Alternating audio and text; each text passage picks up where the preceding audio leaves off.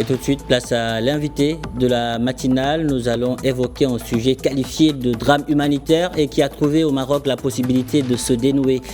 La commune de Casablanca a accepté l'inhumation d'une cinquantaine de personnes qualifiées d'indigents, c'est-à-dire des défunts abandonnés par leurs proches ou leurs États.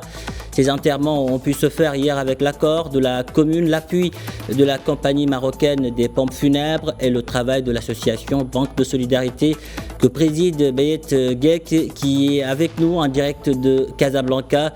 Beyet Guek, bonjour et merci d'avoir accepté notre invitation. Bonjour, monsieur le journaliste. Merci beaucoup. Alors, dites-nous comment s'est déroulé le chemin jusqu'à ce dénouement et l'acceptation par la commune de Casablanca d'enterrer ces défunts au cimetière Ahma. Je vous remercie d'abord pour cette invitation, la chaîne Medi 1 Afrique. C'est en 2021 que les pompes funèbres de Casablanca nous ont contactés pour nous faire l'alerte qu'il y avait une cinquantaine de corps qui étaient abandonnés au niveau des différents morgues de Casablanca. Donc, depuis 2021, nous avons entamé les démarches au niveau des autorités marocaines, la commune de Casablanca et puis la wilaya et les autorités compétentes. Donc, depuis 2021, nous sommes derrière le dossier, nous avons frappé des portes. Et voilà, ce mois de mai, les autorités nous ont contactés pour dire que c'était bon, on pouvait enterrer ces corps. Alors, racontez-nous l'histoire de ces défunts abandonnés. Qui sont-ils et d'où viennent-ils?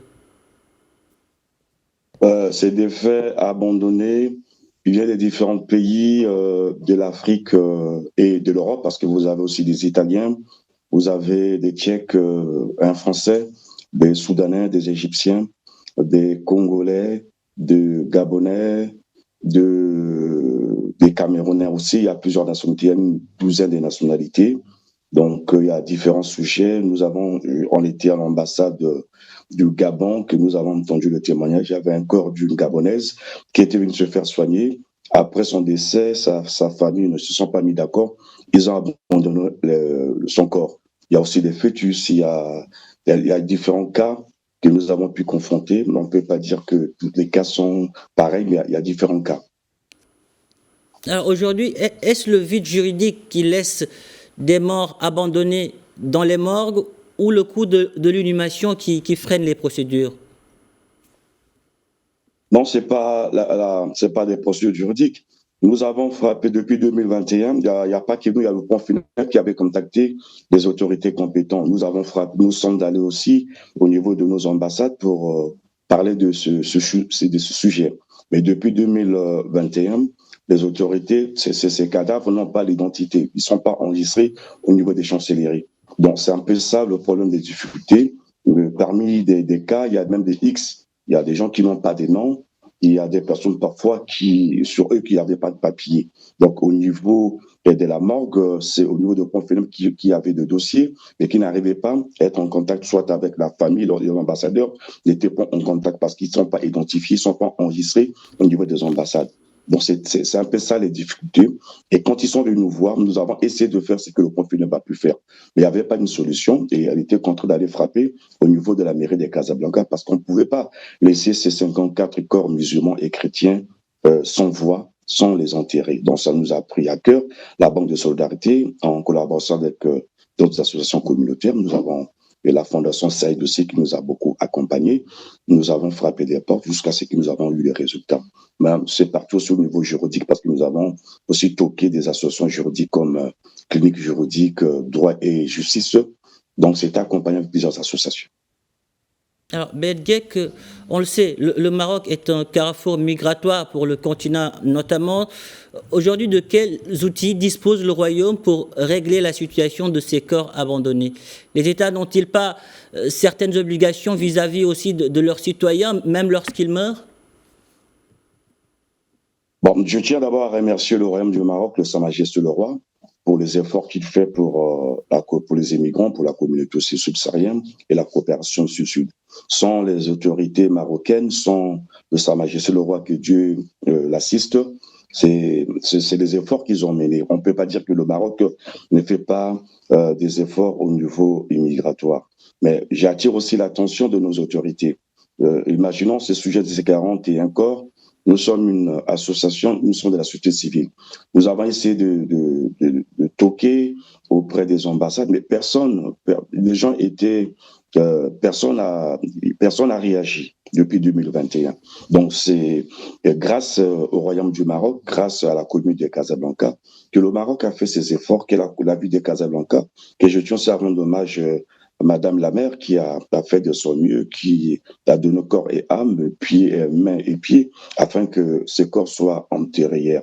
Donc, on ne peut pas dire que le Maroc n'agit pas au niveau migratoire, la preuve que ces cercueils et ces corps étaient enterrés. Alors, sur le qualificatif d'indigent, que signifie-t-il exactement? Quand est-ce qu'une personne décédée est qualifiée d'indigent?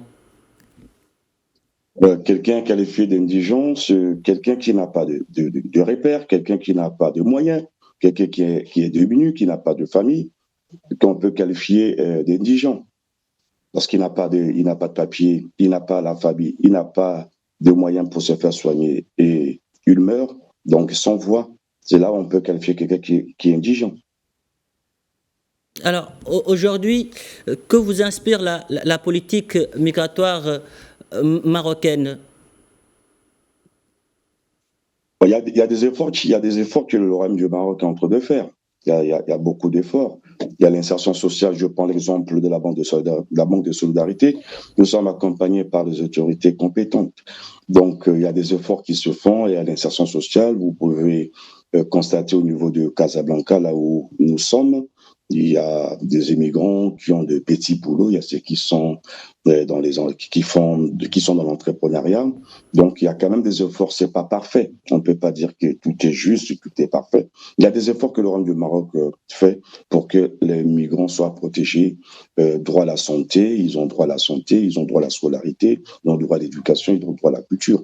Donc, le Royaume du Maroc essaie de faire des efforts par rapport à ses moyens. Le Maroc fait des efforts par rapport à ses moyens. Un message aujourd'hui que vous souhaitez lancer aux autorités des autres États, voilà, dont les ressortissants sont ici dans le Royaume. Voilà, ce que je peux lancer auprès, c'est d'abord nos autorités. Vous savez, on est à l'étranger au Maroc. Souvent, je vais à Tanger, je vais à Agadir ou bien à La Lune. Aujourd'hui, le Maroc, ça devient une terre migratoire. Mais vous pouvez constater que nos autorités aussi ne font rien. Ils ne font pas ces efforts-là afin que leurs citoyens puissent avoir des conditions propices. Donc, je lance cet appel auprès de nos autorités, auprès de nos ambassades, de pouvoir se mettre la main. Parce que quand il y a des cas comme ça, nous avons discuté avec le directeur de pompes funèbres, M. Mohamed Rami, à qui aussi je remercie infiniment des efforts qu'il a fait. Il y a encore des corps qui traînent au niveau de la morgue. Donc nous ne voulons pas que ces genres de problèmes puissent se reproduire dans les années à venir. Donc nous devons prendre les choses en main. Et après l'inhumation que nous avons fait hier, nous aurons des réunions à faire et nous avons aussi un rapport qu'on va déposer au niveau de nos ambassades et au niveau des autorités pour attirer quand même l'attention de nos autorités de pouvoir s'impliquer à la cause de leurs citoyens et citoyennes. Beed Guek, merci. Merci pour toutes ces précisions. Merci d'avoir répondu à nos questions. Je rappelle que vous êtes le président de l'association Banque de Solidarité. Merci. Je vous remercie infiniment. Allez, au revoir.